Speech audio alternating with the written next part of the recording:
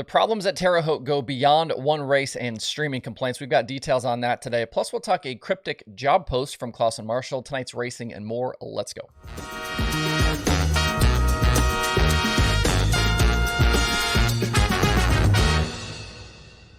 It's Thursday, September 22nd. I'm Justin Fiedler. This is Dirt Tracker Daily. So we talked about the Terre Haute Action Track on yesterday's show following the announcement that the upcoming USAC sprint car event there was being moved to Kokomo. I said that I wasn't sure whether this move was tied to promoter Scott Ronk's issues with NOS Energy Drink and Float Racing, or if this was a sign of bigger issues for the racetrack. And since I posted yesterday's episode, though, the picture has become much more clear thanks to a piece from Joe Buckles in the Tribune-Star, which is the newspaper that covers Terre Haute. In the article, Buckles says that there have been issues all summer long between the new promoter group that includes Scott Ronk and Bernie Stubjen, and then also the Vigo County Fair Board. Ronk apparently spent $250,000 on upgrades that included the removal of the old concrete wall, and we actually documented some of that stuff earlier this season. But apparently at a point in June, law enforcement had to get involved to help settle a disturbance between the two sides. One member of the Fair Board says he thinks they can work things out, while Bernie isn't so sure. The deal for the promoters was to operate the track for 3 years, with the board getting $5,000 per event. Whether that actually comes to fruition now or not, we'll just have to wait and see. Buckles says the Fair Board is split on whether the track is actually providing value, and some would like to see racing stop completely. And after what started out as a very promising year, things have obviously turned very sour at Terre Haute and in a hurry. The track has been hosting races since 1952, and in a year where we continue to lose more racetracks, it would be a shame to see the half-mile facility go away. I was critical of Ronk back in May for his tweets regarding streaming and NOS Energy Drink, but for his sake, I hope things work out. It would be a nasty pill to swallow, a $250,000 loss after less than a season operating the racetrack. If you want to see that full article, you can head over and find it at tribstar.com. That's tribstar.com. And another interesting note in there, apparently there have been 21 operating groups of Terre Haute in its history, so a bit of a snake-bitten facility here. Alrighty, I mentioned at the end of yesterday's show that I was off to grab the first round of Dirt Tracker hats, and they are now in hand and available over at shop.dirttracker.com.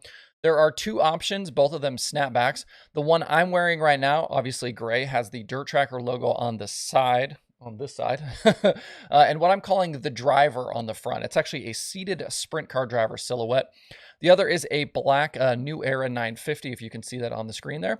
It has the Dirt Tracker logo on the front. Both options are $35, and that price includes taxes and shipping.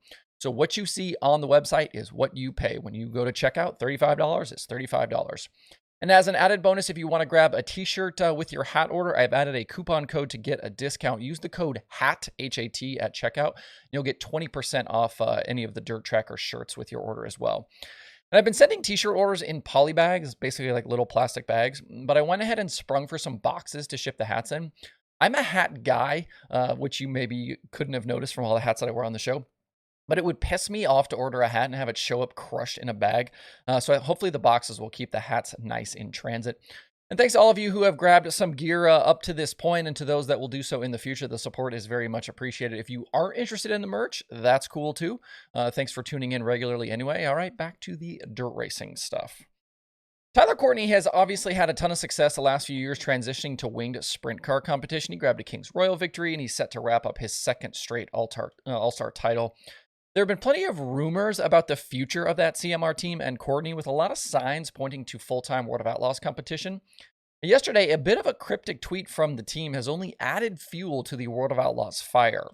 They are looking to add some more employees, and the tweet says, quote, "As we continue to spread our wings, Clauson Marshall is now looking to fill positions," unquote. Graphics says they are looking for individuals who want to compete at the, quote, "highest level in sprint car racing," unquote. It would make sense that the team and Sunshine are preparing for an outlaw run, but there's also Emerson Axum in the mix here as well. Axum has run some wing stuff this season for CMR. He's also running the full USAC National Sprint Car schedule without the wing, but it's possible we could see him continue to ramp up his winged schedule as well.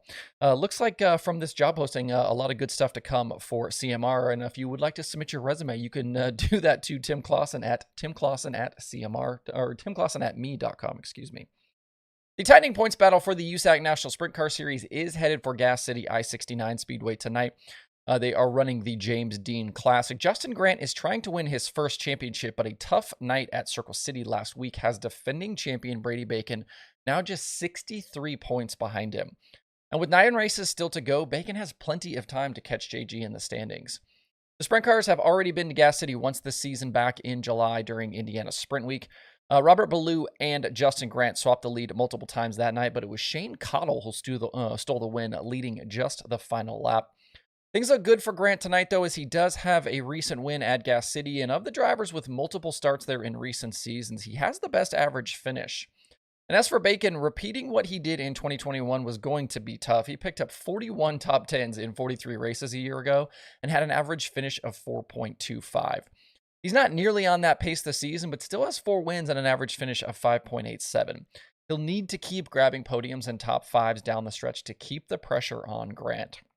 Another driver I wanted to mention here is CJ Leary. He has 10 straight top 10 finishes and hasn't finished worse than 7th since actually he was 21st at Gas City back during Sprint Week. He's been the hottest driver over the past 5 race and 10 race stretches. Leary is 3rd in the standings right now and still has, I think, a bit of an outside chance at the title. And also, if he doesn't hit the wall late on Saturday at Hobstadt, we could have been talking about 3 wins in 4 races for Kevin Thomas Jr. KTJ has that BGE Doherty machine locked in right now, so he could be a strong bet as well. The DirtTracker.com analytics prediction formula actually likes Kyle Cummins tonight, but I'm going to go Grant here. And on the USAC midget side tonight at Gas City, Justin Grant had been trying to keep pace with Buddy Kofoid for that championship, but JG has lost ground in recent weeks as Kofoid has just been so good. 9 wins total for the year, and 3 of the last 4 have pushed Buddy's points lead to 132. There are still 12 nights remaining on the season, but I think things are looking good for Buddy to repeat his championship success. Looking at Gas City specifically, Buddy owns the most recent win there back in June of 2021. Kenny McIntosh was a winner there in 2020. The formula likes Buddy tonight. I'm going to go with the hot hand as well. If you can't get to Gas City, you can watch both series live tonight on Flow Racing. In other open wheel action tonight at Texas Motor Speedway, C-Bell's Micromania gets underway. The event is being put on by Christopher Bell and the track and features multiple days of outlaw non-wing micro sprint racing. Bell came up through the micro ranks, and you can see him often on Wednesday nights at Millbridge running these cars. He's also a regular in them at the Tulsa Shootout. The field for this event is huge, and at last check, there were over 130 entries for the program that runs through Saturday night. As you might expect, if you pay attention to the micro scene, you'll recognize a lot of the names on the entry list. Guys like Trey Marcham, Frank Flood, Brent Cruz, Daniel Robinson, Gavin Boschel, and JJ Loss. But this event will have a heavy NASCAR presence. Names like Daniel Hemrick, Bell, Kyle Busch, John Hunter Nemechek, Sheldon Creed, and Brett Moffitt are all expected to race as well. NASCAR is at Texas this weekend, so it'll be a short walk across the parking lots from the big track to watch these guys run over on the small track. Some pretty serious cash is up for grabs on Saturday with the potential to win as much as $20,000. It looks like with so many cars, they are doing split fields the next 2 nights to help set up Saturday's action. If you aren't nearby and can't get to Texas Motor Speedway, all 3 nights will be live over on Dervision. Speaking of the streaming schedule, there are 8 shows on it for today. That includes Christopher Bell's Micromania at Texas Motor Speedway, USAC National Sprint Cars and Midgets on Flow Racing, modifieds, a couple of modified programs over on Race and Dirt, and there's regional action over on Speed Sport. To see the full daily streaming schedule with links to watch, visit dirttracker.com/watch tonight. That's it for the show today. Hope you have a good Thursday. Please like and subscribe to these videos. That would certainly help me out. Thanks everybody for tuning in. We'll see you tomorrow for more Dirt Tracker Daily.